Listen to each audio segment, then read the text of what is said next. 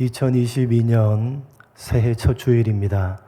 이 새해 첫 주일에 하나님을 예배하기 위해서 현장으로 오신 또 온라인으로 예배하고 계시는 여러분 모두를 환영하고 축복합니다. 22년 한 해에는 더욱더 하나님을 예배하기를 힘쓰시는 복된 한 해가 되셨으면 좋겠습니다. 한 번 더 인사하겠습니다. 함께여서 행복합니다. 요한계시록을 차례대로 살펴보고 있습니다. 이 요한계시록은 종말에 일어날 일들에 대한 기록입니다. 성경이 말하는 종말이란 시간적인 마지막이 아니라 순서적인 마지막입니다. 여러분, 이 세상의 마지막 순서는 예수님의 재림입니다. 예수님의 재림으로 이 세상은 끝이 나게 될 것입니다. 그 마지막 순서인 예수님의 재림만 남았다라는 것이 성경이 말하는 종말입니다. 그러니까 2000여 년 전에 예수님이 초림하시고 승천하신 이후로부터는 마지막 순서인 예수님의 재림만 남았기 때문에 그때부터가 종말인 것입니다. 승천하신 직후인 초대교회 때도 종말이었고 지금 현재도 종말입니다. 그리고 앞으로 종말이 언제까지 계속될런지는 아무도 모릅니다. 요한계시록은 바로 그러한 종말에 일어날 일들에 대해서 기록을 하고 있습니다. 초대교회 때도 일어났던 일들이고 지난 2000여 년 동안 계속 일어났던 일들이고 지금 현재도 일어나고 있는 일들입니다. 그리고 앞으로 예수님이 재림하실 때까지 계속 반복해서 일어나게 될 일들입니다. 그러므로 요한계시록을 대하는 모든 사람들은 먼 미래에 일어날 일들이 아니라 지금 현재 일어나고 있는 일들로 이해를 해야 되는 것입니다. 오늘 본문의 말씀은 바벨론의 멸망에 대한 내용입니다. 먼저 우리는 요한계시록 전체의 내용을 정리할 필요가 있습니다. 이 요한계시록은 그 내용상 크게 세 부분으로 나눌 수가 있습니다. 첫째, 종말의 때에 교회 공동체는 어떤 모습인가? 둘째, 종말의 때의 세상은 어떤 모습인가?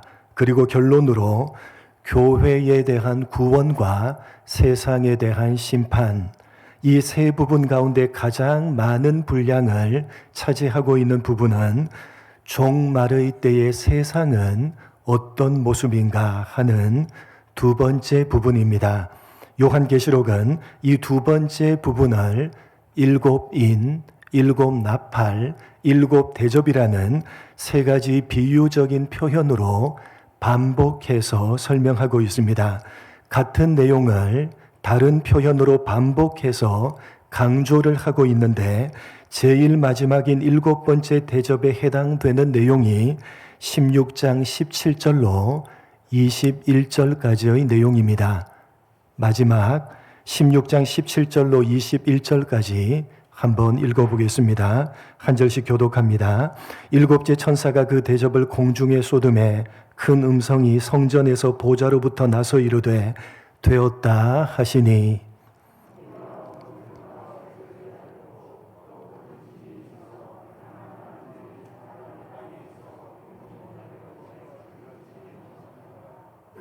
큰 성이 세 갈래로 갈라지고 만국의 성들도 무너지니 큰 성 바벨론이 하나님 앞에 기억하신 바 되어 그의 맹렬한 진노의 포도주 잔을 받음에. 같이 읽겠습니다. 또 무게가 한 달란트나 되는 큰 우박이 하늘로부터 사람들에게 내림에 사람들이 그 우박의 재앙 때문에 하나님을 비방하니 그 재앙이 심히 크미러라. 일곱 인, 일곱 나팔, 일곱 대접의 제일 마지막인 일곱 대접 가운데 일곱 번째 대접입니다. 마지막이란 시간적으로 마지막이 결코 아닙니다. 요한계시록이 마지막 종말, 즉 예수님이 승천하신 이후로부터 재림하실 때까지 그 전체 기간 동안에 일어나는 일들이니까 이 7 심판은 시간적인 순서와는 상관이 없이 계속 반복해서 일어나는 일들입니다. 그러니까 7번째 대접이 제일 마지막이라는 것은 제일 마지막 시간에 일어나는 내용이다 라는 의미가 아니라 앞에 나오는 7인, 7 나팔, 7 대접의 모든 것들을 종합해서 포괄하고 있는 내용이다 라는 의미입니다. 종말의 때에 세상은 어떤 모습이냐, 모든 것들을 종합해서 한마디로 말한다면 구약 시대의 바벨론과 같다는 것입니다.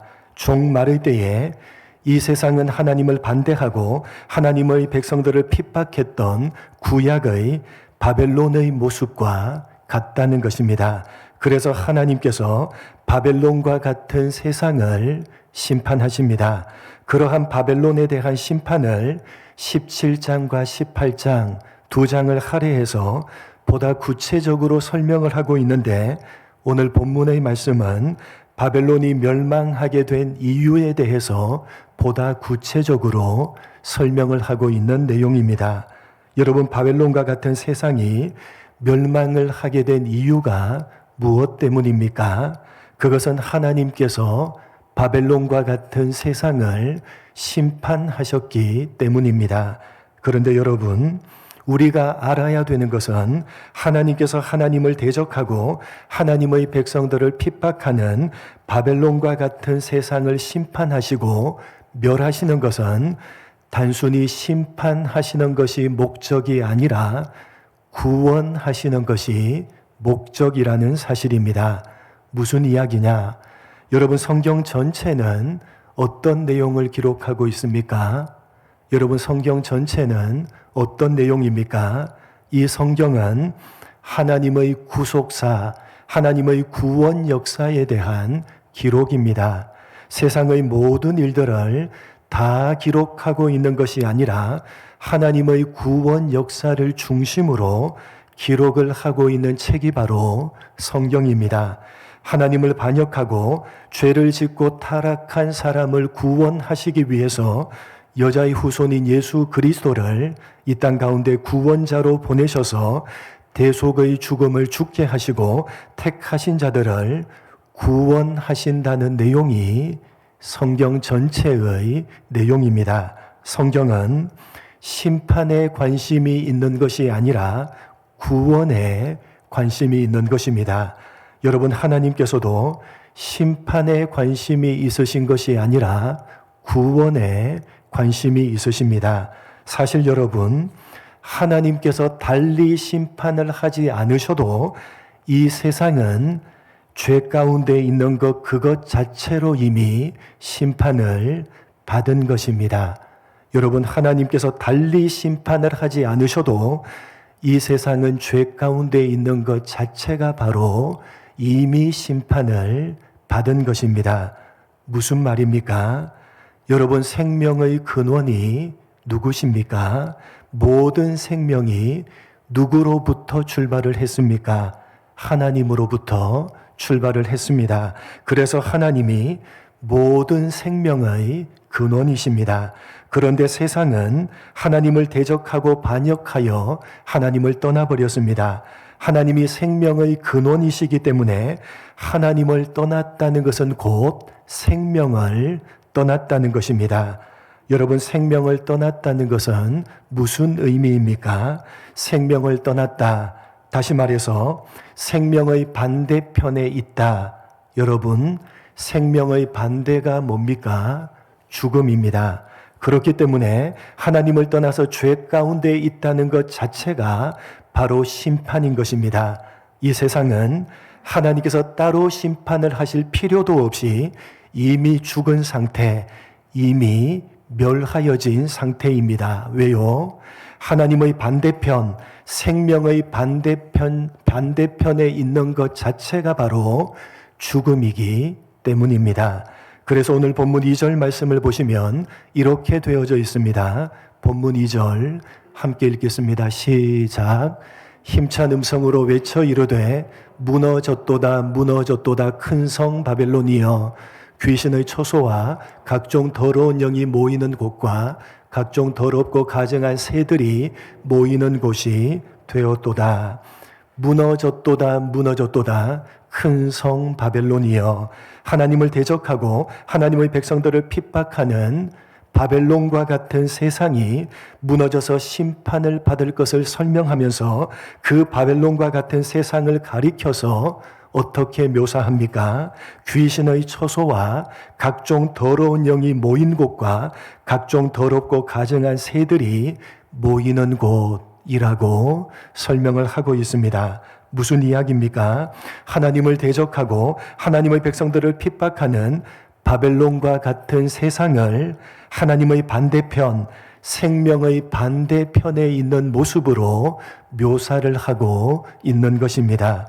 귀신의 처소, 각종 더러운 영이 모이는 곳, 즉 시체들과 그 시체들을 쪼아먹는 더럽고 가증한 새들이 모이는 곳, 생명이신 하나님을 떠나서 생명의 반대편인 죽음의 상태에 있다는 것이 바벨론, 세상의 모습이라고 성경이 말하고 있는 것입니다.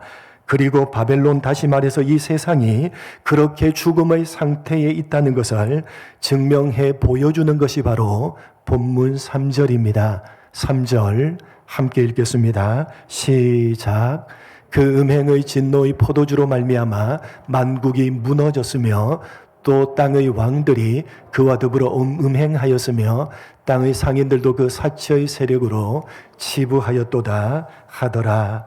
만국이 무너진 것, 세상이 멸망을 당하게 된 것이 음행, 우상 숭배 때문이라고 말씀합니다.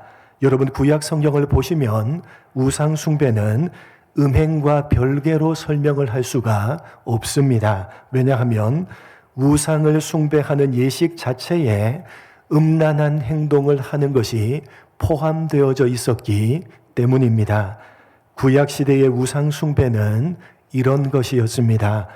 우상의 신전에는 거룩한 창녀, 성창들이 있었습니다. 그래서 우상에게 제사를 하려고 신전으로 오는 사람들은 신전에 소속된 성창들과 성적인 관계를 맺어야 했고, 그러한 모습을 보고 신이 흥분을 해서 비를 내려준다는 말도 안 되는 교리를 우상을 섬기는 사람들은 가지고 있었던 것입니다. 그렇게 우상을 숭배하는 예식 자체에 음란한 행동을 하는 것이 포함되어져 있었기 때문에 우상 숭배는 음행과 별개일 수가 없었습니다. 호세아서 1장 2절 한번 읽어보겠습니다. 같이 읽겠습니다. 여호와께서 처음 호세아에게 말씀하실 때 여호와께서 호세아에게 이르시되 너는 가서 음란한 여자를 맞이하여 음란한 자식들을 낳으라. 이 나라가 여호와를 떠나 크게 음란함이니라 하시니.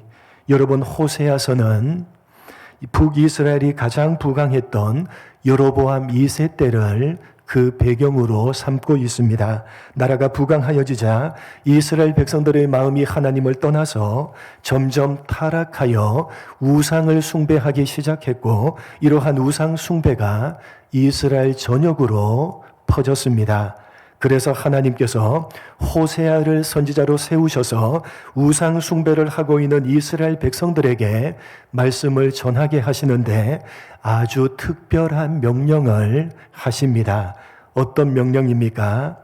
음란한 여자를 맞이하여 음란한 자식을 낳으라는 명령이었습니다. 왜요? 이스라엘이 여호와를 떠나서 크게 음란하였기 때문이라고 말씀하고 있습니다. 크게 음란하였기 때문이다. 하나님을 떠나서 우상 숭배를 하고 있기 때문이다 라고 말씀하는 것입니다. 이렇게 구약시대 때에 하나님을 떠나서 우상을 숭배하는 것은 음행과 밀접한 관계가 있었습니다. 우상을 숭배하는 행위 자체에 음란한 행위가 포함되어져 있었기 때문입니다. 우상을 섬기는 것은 곧 음란한 행위를 하는 것이고, 음란한 행위를 하는 것은 곧 하나님을 떠나는 것이었습니다. 이러한 구약적인 배경을 사도 요한이 끌어와서 바벨론이 멸망하는 이유가 바로 음행 때문이라고 오늘 본문에서 밝히고 있는 것입니다. 음행하는 것, 다시 말해서 우상을 숭배하는 것은 그것 자체가 멸망이요, 그것 자체가 심판입니다. 하나님께서 무슨 다른 심판을 하실 필요가 없이 그것 자체가 심판이요, 그것 자체가 멸망입니다. 왜요? 생명이신 하나님을 떠나는 것이기 때문입니다. 생명의 반대편에 서 있는 것이기 때문입니다. 오늘 본문이 말하고자 하는 핵심이 바로 그것입니다. 큰 성 바벨론과 같은 세상이 하나님의 심판을 받아서 멸망을 당한다는 것입니다. 그런데 여러분, 이 세상은 어떻습니까? 오늘 계시록은 하나님의 심판을 받아서 큰 성 바벨론과 같은 이 세상이 멸망을 당한다고 말씀하고 있는데, 그런데 여러분, 이 세상이 어떻습니까? 심판과 멸망은커녕 이 세상은 멀쩡하게, 아니 오히려 더욱 화려하게, 더욱 견고한 모습으로 서 있는 것입니다. 그런데 오늘 계시록은 말하는 것입니다. 그것이 바로 하나님의 심판이요, 그것이 바로 멸망이라고 말씀하는 것입니다. 이 세상은 생명이신 하나님을 떠나버렸기 때문에 그것으로 이미 죽은 것이요, 그것으로 이미 심판을 받고 있는 것이라고 말씀을 하는 것입니다. 사랑하는 성도 여러분, 생명이신 하나님을 떠나는 것, 그것 자체가 죽음이요, 심판이라는 사실을 여러분 가슴에 새기시기 바랍니다. 여러분이 종말의 때에 사탄은 자꾸만 성도된 우리들을 미혹하는 것입니다. 여러분이 계시록을 기록할 당시를 한번 생각해 보시기 바랍니다. 로마라는 나라가 황제를 신으로 숭배할 것을 강요하면서 황제 숭배를 받아들이기만 하면 각종 혜택을 주었고, 받아들이지 않으면 모든 사회적 경제적인 활동에 제한을 가했습니다. 뿐만 아니라 감옥에 가두었고 심지어는 굶주린 사자의 밥이 되게 했습니다. 기독교 신앙을 붙들고 살아가는 것이 참으로 어리석게 보였을 것입니다. 하나님을 떠나는 것이 훨씬 더 자유롭고 훨씬 더 좋아 보였을 것입니다. 여러분, 오늘날도 마찬가지입니다. 사탄은 늘 우리에게 왜 그렇게 하나님께 얽매여서 사느냐고, 왜 그렇게 교회에 얽매여서 사느냐고, 떠나서 좀 자유롭게 살아보라고 자꾸만 우리를 미혹하는 것입니다. 하나님을 떠나서 조금만 눈을 돌리게 되면 얼마나 자유롭고 얼마나 편한지 모르는데, 얼마나 좋을지 모르는데 왜 그렇게 답답하게 사느냐고, 하나님을 믿는다고 교회를 다닌다고 이것도 못하고 저것도 못하고 왜 그렇게 얽매여서 사느냐고, 왜 그렇게 어리석게 사느냐고 자꾸만 세상이 우리를 미혹하는 것입니다. 그래서 오늘 계시록이 우리에게 말씀하고 있는 것입니다. 하나님을 떠나 있는 저들이야말로 감옥에 갇혀 있는 상태라고 말하는 것입니다. 여러분, 오늘 본문 2절을 보시면 각종 더러운 영이 모이는 곳, 각종 새들이 모이는 곳이라고 되어져 있는데, 곳이라는 단어에 1이라는 숫자가 붙어 있습니다. 여러분, 그 1이라는 숫자를 성경 밑에서 찾아보면 어떻게 되어져 있죠? 또는 옥이라고 되어져 있습니다. 무슨 의미냐? 정확하게 이 곳, 귀신의 처소와 각종 더러운 영이 모이는 곳, 각종 더럽고 가증한 새들이 모이는 곳, 이 곳이 정확하게 번역을 하면 옥, 감옥으로 번역을 해야 된다 라는 의미입니다. 여러분, 하나님을 떠나 있는 세상이야말로 자유로운 상태가 아니라 감옥에 갇혀 있는 상태입니다. 하나님을 떠나는 것은 자유로운 것이 아니라 감옥이며 하나님을 떠나는 그것이 바로 죽음이요 그것이 바로 심판이라고 오늘 계시록이 종말을 살아가고 있는 우리들에게 말씀을 하는 것입니다. 사랑하는 성도 여러분, 우리는 종말의 때를 살아가고 있습니다. 이 종말의 때에 사탄은 끊임없이 하나님을 떠나 살면 얼마나 자유로운지 모른다고, 왜 하나님 때문에 너 자신을 올가매느냐고, 왜 신앙 때문에, 왜 교회 때문에 너 자신의 자유를 구속받느냐고, 조금만 눈을 돌려보고 조금만 느슨하게 신앙생활을 하면 얼마나 편하고 얼마나 자유롭지 모른다고 자꾸만 세상은 이 종말의 때에 우리를 미혹하는 것입니다. 여러분, 2022년 새해 첫 주일 예배를 드리고 있습니다. 올 한 해도 세상은 끊임없이 여러분의 마음에 속삭이게 될 것입니다. 아주 조금만 하나님을 떠나보라고, 아주 조금만 교회를 멀리 해보라고, 아주 조금만 신앙생활을 느슨하게 해보라고, 조금만 그렇게 하면 얼마나 자유롭고 얼마나 편한지 모른다고 여러분의 마음에 속삭일 것이며 여러분을 미혹할 것입니다. 여러분, 그때 속지 마시기 바랍니다. 오늘 말씀을 가슴에 새기시기 바랍니다. 하나님을 떠나는 것, 교회 공동체를 떠나는 것, 그것 자체가 죽음이요, 그것 자체가 저주요, 그것 자체가 감옥이요, 그것 자체가 심판입니다. 여러분, 죽어있고 저주와 심판 가운데 있는 세상의 속삭임에 속지 마시고 더욱더 하나님께 여러분 자신을 올가매시기 바랍니다. 몸된 교회에 그리고 신앙생활에 여러분 자신을 더욱더 구속시켜 가시기 바랍니다. 그것이 바로 복이요, 그것이 바로 참된 자유요, 그것이 바로 참된 생명입니다. 여러분, 생명이신 하나님께 여러분 자신을 철저하게 구속시켜 가시는 22년도 한 해가 되시기 바랍니다. 주님의 몸된 교회 공동체에 여러분 자신을 철저하게 구속시켜 가시는 22년도 한 해가 되시기 바랍니다.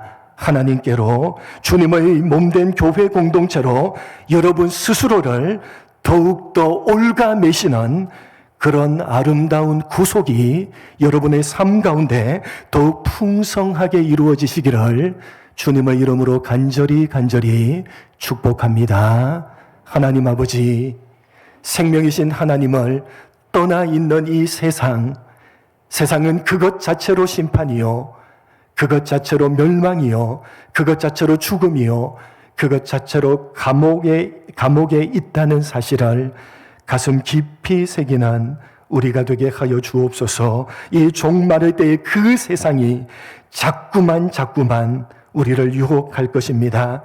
조금만 하나님을 떠나보라고, 조금만 교회 공동체를 멀리 해보라고, 조금만 신앙생활을 느슨하게 해보라고, 그렇게 하면 얼마나 자유롭고 얼마나 편한지 모른다고 올 한 해 세상은 끊임없이 우리들에게 속삭이며 우리를 미혹할 것입니다.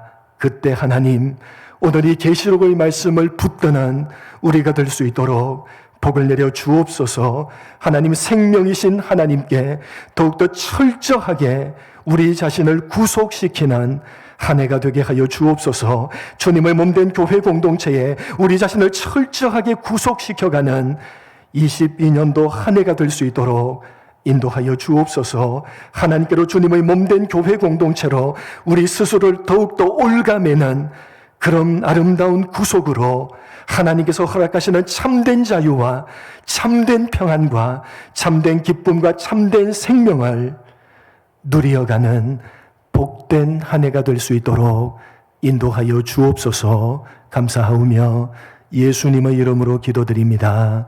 아멘.